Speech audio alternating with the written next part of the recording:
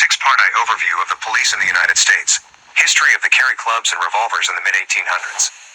In contemporary American police agencies, the dispute concerning uniforms and firearms has long been resolved. However, the use of force by the police is still an issue that incites debate in police agencies today. Policing in the United States, 1800 to 1970. One way to understand the history of American policing beginning in the 19th century through the 21st century is to dissect it into a series of eras. Depending on which resource you choose, the number and names of those eras will slightly vary. However, there is a general agreement on the influential people and important events that took place over the course of the history of American policing. The article written by George Kelling and Mark Moore included at the end of this section provides 3 eras as the framework for an interesting and thorough discussion of the history and progression of policing in the United States.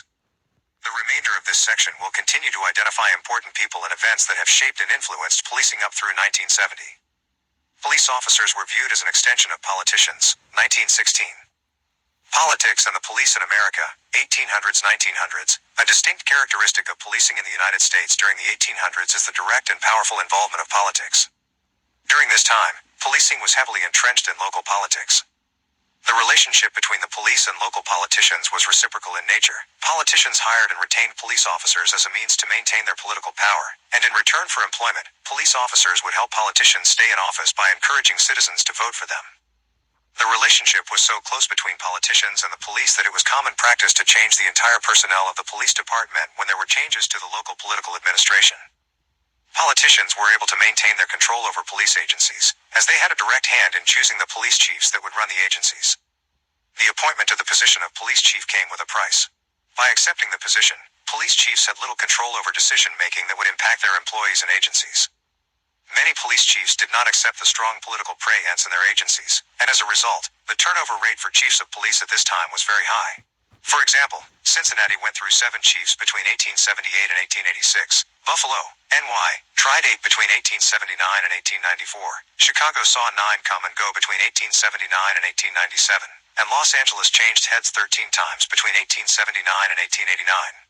Politics also heavily influenced the hiring and promotion of patrol officers. In order to secure a position as a patrol officer in New York City, the going rate was $300, while officers in San Francisco were required to pay $400. In regard to promoted positions, the going rate in New York City for a sergeant's position was $1,600, and it was $12,000 to $15,000 for a position as captain. Upon being hired, policemen were also expected to contribute a portion of their salary to support the dominant political party. 56 political bosses had control over nearly every position within police agencies during this era. Due to the extreme political influence during this time, there were virtually no standards for hiring or training police officers. Section 1. The history of the police. Native American police officers, 1883 and beyond. Section highlights. Examine the English roots of American policing. Understand evolution from watch groups to formalized police agencies. Look at the professionalization of the police through reform. It is important to examine the history of policing in the United States in order to understand how it has progressed and changed over time. Alterations to the purpose, duties, and structure of American police agencies have allowed this profession to evolve from ineffective watch groups to police agencies that incorporate advanced technology and problem-solving strategies into their daily operations. This section provides an overview of the history of American policing, beginning with a discussion of the English influence of Sir Robert Peel and the London Metropolitan Police. Next, early law enforcement efforts in colonial America are discussed using a description of social and political issues relevant to the police at that time. And finally, this section concludes with a look at early police reform efforts and the tension this created between the police and citizens in their communities. This section is organized in a chronological manner, identifying some of the most important historical events and people who contributed to the development of American policing. The beginning of American policing. The English influence. American policing has been heavily influenced by the English system throughout the course of history. In the early stages of development in both England and colonial America, citizens were responsible for law enforcement in their communities. 1. The English referred to this as kin police, in which people were responsible for watching out for their relatives or kin. 2. In colonial America, a watch system consisting of citizen volunteers, usually men, was in place until the mid-19th century. 3. Citizens that were part of watch groups provided social services, including lighting street lamps, running soup kitchens, recovering lost children, capturing runaway animals, and a variety of other services. Their involvement in crime control activities at this time was minimal at best. 4. Policing in England and colonial America was largely ineffective, as it was based on a volunteer system and their method of patrol was both disorganized and sporadic. 5. Sometime later, the responsibility of enforcing laws shifted from individual citizen volunteers to groups of men living within the community. This was referred to as the Frank Pledge system in England. 6. The Frank Pledge system was a semi-structured system in which groups of men were responsible for enforcing the law. Men living within a community would form groups of 10 called tithings, or tithings. 10 tithings were then grouped into hundreds, and then hundreds were grouped into shires, similar to counties. 7. A person called the shire reeve, sheriff, was then chosen to be in charge of each shire. 8. The individual members of tithings were responsible for capturing criminals and bringing them to court, while shire reeves were responsible for providing a number of services, including the oversight of the activities conducted by the tithings in their shire. 9. A similar system existed in America during this time in which constables, sheriffs, and citizen-based watch groups were responsible for policing in the colonies. Sheriffs were responsible for catching criminals, working with the courts, and collecting taxes. Law enforcement was not a top priority for sheriffs, as they could make more money by collecting taxes within the community. 10. Night watch groups in colonial America, as well as day watch groups that were added at a later time, were largely ineffective. Instead of controlling crime in their community, some members of the watch groups would sleep and or socialize while they were on duty. 11.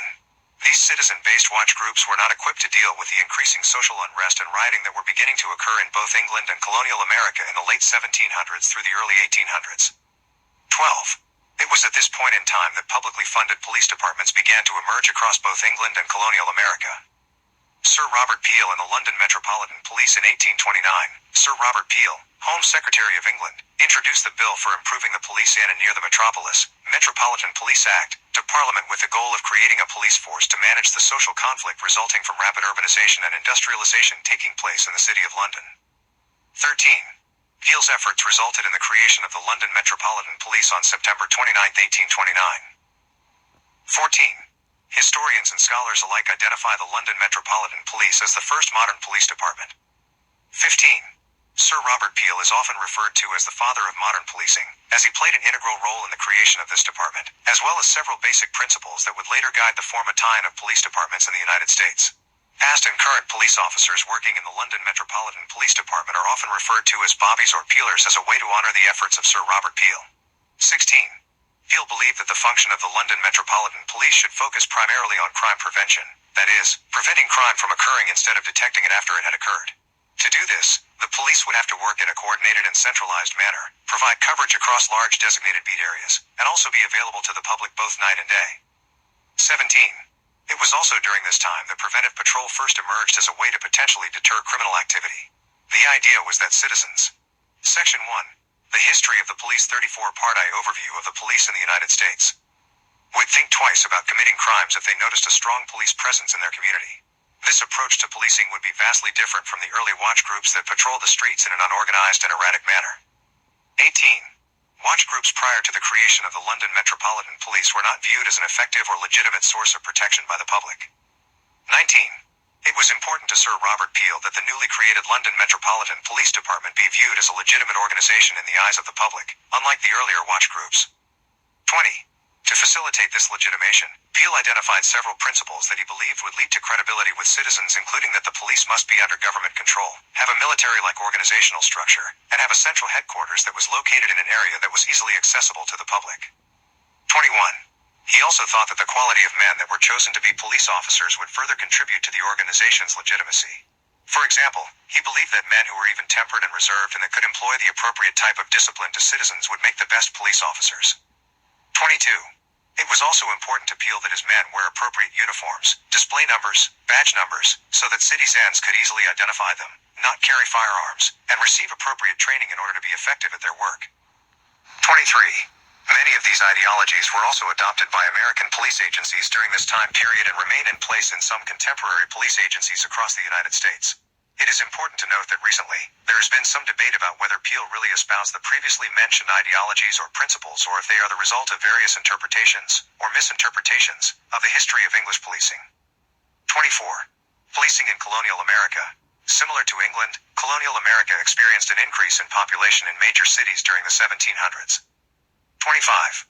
Some of these cities began to see an influx of immigrant groups moving in from various countries, including Germany, Ireland, Italy, and several Scandinavian countries, which directly contributed to the rapid increase in population. 26. The growth in population also created an increase in social disorder and unrest.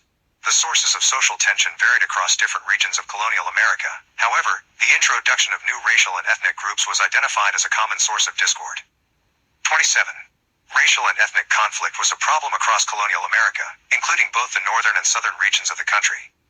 28. Since the watch groups could no longer cope with this change in the social climate, more formalized means of policing began to take shape. Most of the historical literature describing the early development of policing in colonial America focuses specifically on the northern regions of the country while neglecting events that took place in the southern region, specifically, the creation of slave patrols in the South. 29. Slave patrols first emerged in South Carolina in the early 1700s, but historical documents also identify the existence of slave patrols in most other parts of the southern region. Refer to the Reichel article included at the end of this section. 30.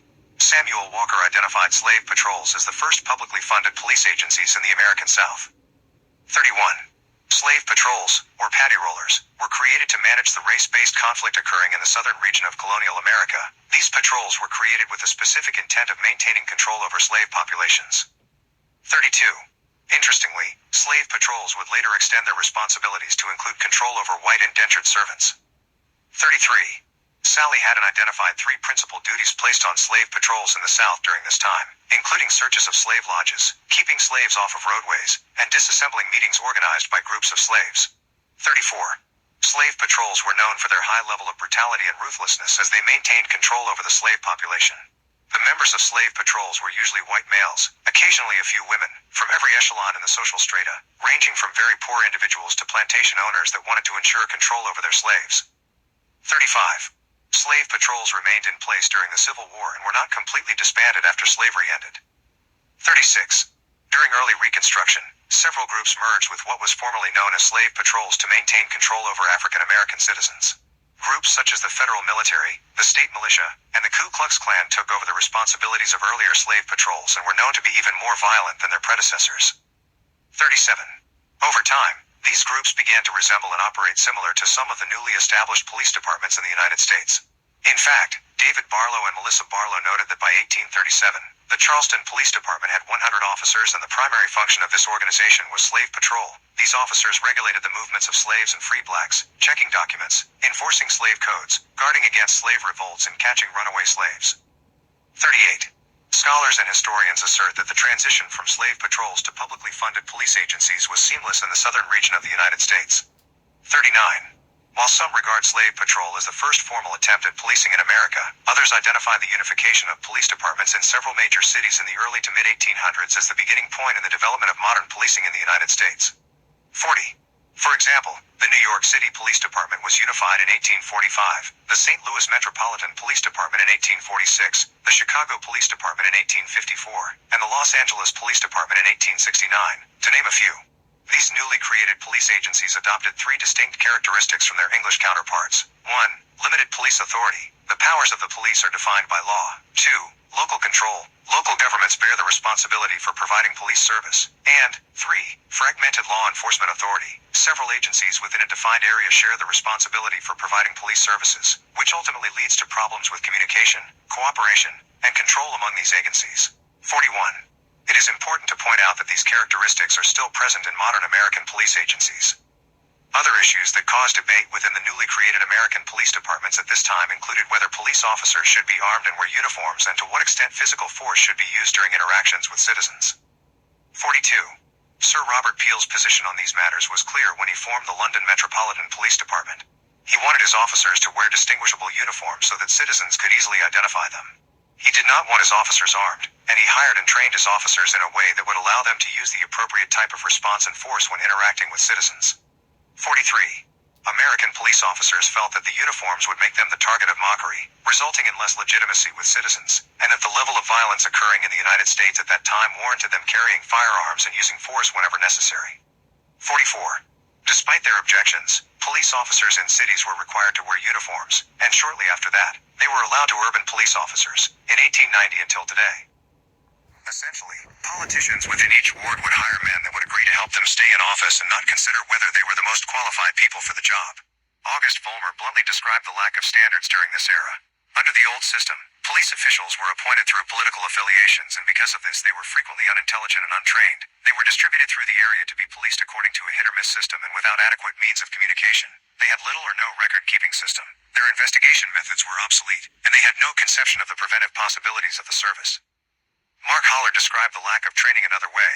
New policemen heard a brief speech from a high-ranking officer, received a hickory club, a whistle, and a key to the call box, and were sent out on the street to work with an experienced officer. Not only were the policemen untrained in law, but they operated within a criminal justice system that generally placed little emphasis upon legal procedure. Police services provided to citizens included a variety of tasks related to health, social welfare, and law enforcement. Robert Fogelson described police duties during this time as officers cleaning streets, inspecting boilers, distributed supplies to the poor, accommodated the homeless, investigated vegetable markets, operated emergency vehicles, and attempted to curb crime. All of these activities were conducted under the guise that it would keep the citizens, or voters, happy, which in turn would help keep the political ward boss in office. This was a way to ensure job security for police officers, as they would likely lose their jobs if their ward boss was voted out of office. In other cities across the United States, police officers provided limited services to citizens. Police officers spent time in local saloons, bowling alleys, restyle rants, barbershops, and other business establishments during their shifts. They would spend most of their time eating, drinking, and socializing with business owners when they were supposed to be patrolling the streets. There was also limited supervision over patrol officers during this time. Accountability existed only to the political leaders that had helped the officers acquire their jobs. In an essay, August Vollmer described the limited supervision over patrol officers during earlier times. A patrol sergeant escorted him to his post, and at hourly intervals contacted him by means of voice, baton, or whistle. The sergeant tapped his baton on the sidewalk, or blew a signal with his whistle, and the patrolman was obliged to respond, thus indicating his position on the post. Sometime in the mid to late 1800s, call boxes containing telephone lines linked directly to police headquarters were implemented to help facilitate better communication between patrol officers, police. Section 1: The History of the Police. 7 of 8 Part I. Overview of the police in the United States. Call boxes were the most common form of communication used by police officers during the political era. Supervisors, and central headquarters. The lack of police supervised science coupled with political control of patrol officers opened the door for police misconduct and corruption. Incidents of police corruption and misconduct were common during this era of policing. Corrupt activities were often related to politics, including the rigging of elections and persuading people to vote a certain way, as well as misconduct stemming from abuse of authority and misuse of force by officers. Police officers would use violence as an accepted practice when they believed that citizens were acting in an unlawful manner. Policemen would physically discipline juveniles, as they believed that it provided more of a deterrent effect than arrest or incarceration. Violence would also be applied to alleged perpetrators in order to extract information from them or coerce confessions out of them. This was referred to as the third degree. Violence was also believed to be justified in instances in which officers felt that they were being disrespected by citizens. It was acceptable to dole out street justice if citizens were non-compliant to officers' demands or requests. If citizens had a complaint regarding the actions of police officers, they had very little recourse, as police supervisors and local courts would usually side with police officers. One of the first groups appointed to examine complaints of police corruption was the Lexow Commission. After issuing 3,000 subpoenas and hearing testimony from 700 witnesses, which produced more than 10,000 pages of testimony, the report from the Lexow investigation revealed 4 main conclusions. First, the police did not act as guardians of the public peace at the election polls. Instead, they acted as agents of Tammany Hall. Second, instead of suppressing vice activities such as gambling and prostitution, officers allowed these activities to occur with the condition that they receive a cut of the profits. Third, detectives only looked for stolen property if they would be given a reward for doing so.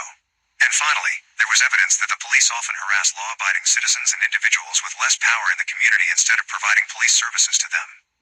After the Lexow investigation ended, several officers were fired and, in some cases, convicted of criminal offenses. Sometime later, the courts reversed these decisions, allowing the officers to be rehired. These actions by the courts demonstrate the strength of political influence in American policing during this time period. Policing reform in the United States, 1900s-1970s. Political involvement in American policing was viewed as a problem by both the public and police reformers in the mid to late 19th century. Early attempts, in the 19th century, at police reform in the United States were unsuccessful, as citizens tried to pressure police agencies to make changes. Later on in the early 20th century, with help from the progressives, reform efforts began to take hold and made significant changes to policing in the United States. A goal of police reform included the removal of politics from American policing. This effort included the creation of standards for recruiting and hiring police officers and administrators instead of allowing politicians to appoint these individuals to help them carry out their political agendas. Another goal of police reform during the early 1900s was to professionalize the police. This could be achieved by setting standards for the quality of police officers hired, implementing better police training, and adopting various types of technology to aid police officers in their daily operations, including motorized patrol and the use of two-way radios. The professionalization movement of the police in America resulted in police agencies becoming centralized bureaucracies focused primarily on crime control.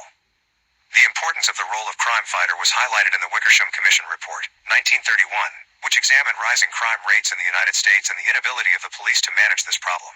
It was proposed in this report that police officers could more effectively deal with rising crime by focusing their police duties primarily on crime control instead of the social services that they had once provided in the political era. In an article published in 1933, August Vollmer outlined some of the significant changes that he believed had taken place in American policing from 1900 to 1930.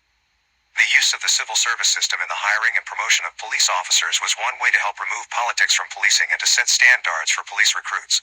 The implementation of effective police training programs was also an important change during this time.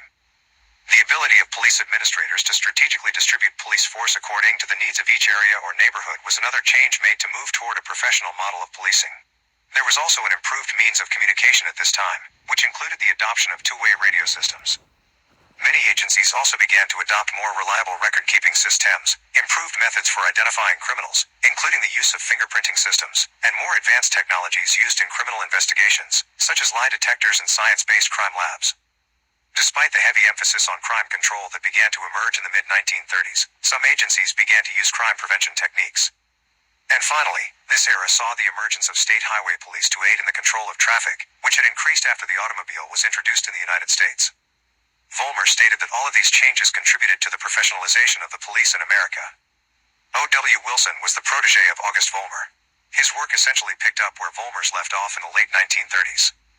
He started out as police chief in Wichita, Kansas, and then moved on to establish the School of Criminology at the University of California. Wilson's greatest contribution to American policing lies within police administration. Specifically, his vision involved the centralization of police agencies. This includes both organizational structure and management of personnel. Wilson is also credited with creating a strategy for distributing patrol officers within a community based on reported crimes and calls for service. His book, Police Administration, published in 1950, became the Bible of police management and ultimately defined how professional police agencies would be managed for many decades that followed. It is clear that the work of Vollmer and Wilson helped American policing advance beyond that of the radar speed reader and patrol car, 1954. 10-part overview of the police in the United States. Police officers focused on order maintenance during war protests, 1969. Political era. However, Harlan Howne and Judson Jeffries argue that police reforms of the 1950s and 1960s neglected the relationship between the police and the public. The relationship deteriorated between the two groups because the city's ends called for police services that were mostly non-criminal in nature, and the police responded with a heavy emphasis on crime control. The distance between these two groups would become even greater as the social climate began to change in the United States. The 1950s marked the beginning of a social movement that would bring race relations to the attention of all Americans. Several events involving African American citizens ignited a series of civil rights marches and demonstrations across the country in the mid-1950s. For example, in December 1955, Rosa Parks was arrested after she violated a segregation ordinance by refusing to move to the back of the bus. Her arrest triggered what is now referred to as the Montgomery bus boycott. African American citizens carpooled instead of using the city bus system to protest segregation ordinances. Local police began to ticket black motorists at an increasing pace to retaliate against the boycott. In one instance, Martin Luther King Jr. was arrested for driving 5 miles per hour over the posted speed limit. Arrests were made at any type of sit-in or protest, whether they were peaceful or not. Research focused on the precipitants and underlying conditions that contributed to race riots during this time period identified police preempts and police actions as the major conditions. Police reform resulted in police officers shifting their focus to crime control, 1960. That were present prior to most of the race riots in the 1950s and 1960s. In addition, the President's Commission on Civil Disorder, also known as the Kerner Commission, reported that almost invariably the incident that ignites disorder arises from police action. Social disorder resulting from protests, marches, and rioting in the 1960s resulted in frequent physical clashes between the police and the public. It was during this time that people across the United States began to see photographs in newspapers and news reports on television that featured incidents of violence between these two groups. The level of violence and force being used by police officers was shocking to some citizens, as they had not been exposed to it through visual news media in the past. One of the most recognized examples of this type of violence was the clash between police and protesters at the Democratic National Convention in Chicago in August of 1968.85. Graphic photos of the police hitting, pushing, and arresting protesters were featured on the national news and in many national printed publications. These types of incidents contributed to the public relations problem experienced by American police during the 1960s. Any police reform efforts taking place in the 1960s were based heavily on a traditional model of policing. Traditional policing focuses on responding to calls for service and managing crimes in a reactive manner. This approach to policing focuses on serious crime as opposed to issues related to social disorder and citizens' quality of life. The traditional policing model places great importance on the number of arrests police officers make or how fast officers can respond to citizens' calls for service. In addition, this policing strategy does not involve a cooperative effort between the police and citizens. Richard Adams and his colleagues described it best when they stated that traditional policing tends to stress the role of police officers in controlling crime and views citizens' role in the apprehension of criminals as minor players at best and as part of the problem at worst. The use of traditional policing practices coupled with the social unrest that was taking place during the 1960s contributed to the gulf that was widening between the police and citizens. Summary: American policing was influenced by Sir Robert Peel and the London Metropolitan Police. Policing in colonial America consisted of voluntary watch groups formed by citizens. These groups were unorganized and considered ineffective. Slaves patrols in the southern region of the United States were used to control slave populations and have been identified by some scholars and historians as the first formal police agencies in this country. Politics played a major role in American policing in the 1800s. Political involvement was believed to be at the Section 1 The History of the Police 11 core of police corruption timeline, present in the agencies at that time and until now. Police reform was geared toward making the police more professional. Call box Frank Pledge System London Metropolitan Police. Key terms: Political Era Reform Era. Sir Robert Peel Slave Patrol's third-degree tithing. Discussion questions. 1. Why is Sir Robert Peel important to the development of policing in the United States? 2. Describe some of the duties associated with the early watch groups in the United States in the mid-19th century. 12-part overview of the police in the United States. 3.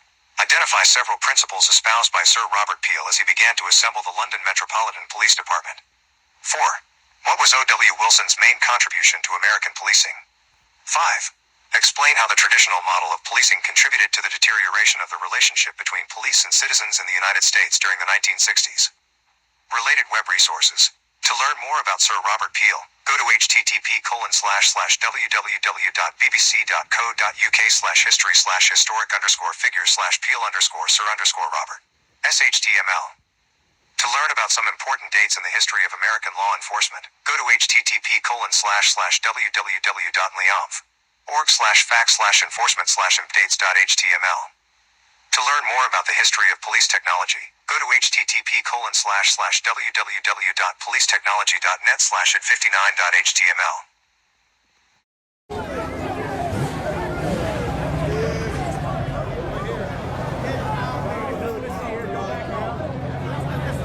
Open the door. Get him in.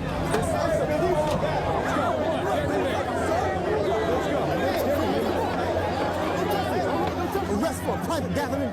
That's police overreach. You got no liquor license on this place. Get the fuck out of my face.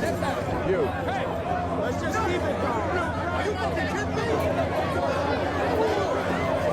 Come on, get in the damn van. Step in there.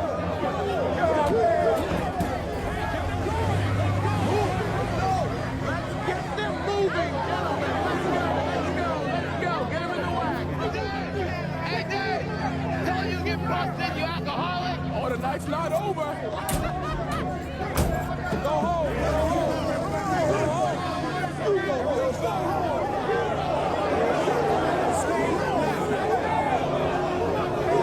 Get him in. Last one. Get him in.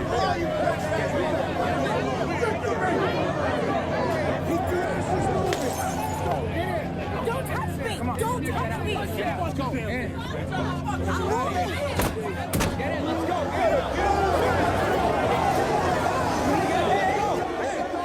Get in the car. Let's go.